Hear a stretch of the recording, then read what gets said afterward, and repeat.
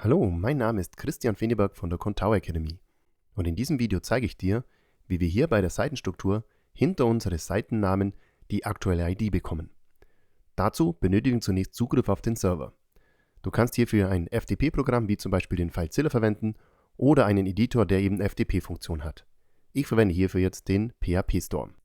Ich habe mich also jetzt mit PHP Storm mit einem Server verbunden, wo meine Installation liegt, und wir werden uns jetzt in der Demo 6 eben ansehen, wie ich diese Verzeichnisstruktur erhalte.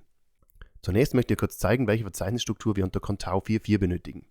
Dazu öffne ich jetzt noch die Demo 1 und du siehst, hier gibt es einen Ordner App und in dem Ordner App gibt es den Ordner Resources und hier legen wir den Ordner Contao DCA an. Und wenn wir das Ganze ab Contao 4.8 machen, wird zwar diese Verzeichnisstruktur noch unterstützt, aber es wird empfohlen, die neue Verzeichnisstruktur zu verwenden. Das heißt, ich gehe jetzt hier nochmal auf meine Demo 6. Ich möchte jetzt hier einfach das Ganze mal zeigen, wie es ab Contao 4.8 funktioniert. Und zwar legen wir hier jetzt einen neuen Ordner an. In dem Fall nenne ich diesen direkt Contao im Root-Verzeichnis. Also Contao. Wir sehen hier im Root-Verzeichnis wurde der Ordner Contao angelegt und in diesen Ordner legen wir dann den Ordner DCA an. Nochmal kurz zum Vergleich. Bei einer Contao 4.4 bis 4.7 sieht das dann so aus. Wir haben hier App Resources, Contao und eben hier unter der 4.8 haben wir direkt Contao DCA.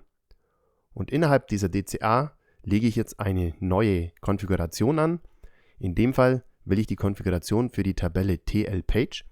Das bedeutet, ich lege jetzt eine neue File an, nenne diese dann tlpage.php. Je nachdem, welche Tabelle es im Contao-System betrifft, muss eben hier die korrekte Tabelle angegeben werden. Nun öffnen wir die Datei und tragen etwas Spezielles hier ein.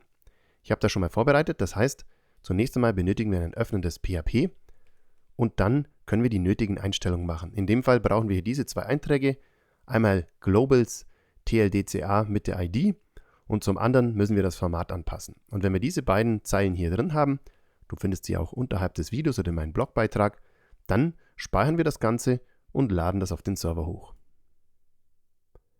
Nachdem wir das Ganze jetzt auf den Server hochgeladen haben, werden wir noch keine Änderungen sehen.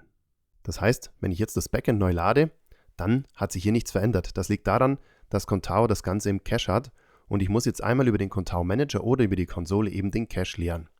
Dazu gehe ich jetzt am besten in den Contao Manager, hier unter Systemwartung und klicke einmal auf Prod Cache erneuern. Das dauert jetzt ein paar Sekunden und wenn das Ganze dann erledigt ist, dann sollte es funktionieren. Ich gehe also jetzt zurück ins Backend, wir laden die Seite neu und wunderbar, jetzt wird hinter jeder Seite meine ID angezeigt. Ich wünsche dir nun viel Spaß beim Nachmachen. Wenn du Probleme hast, schreib mir einfach unterhalb dieses Videos in die Kommentare.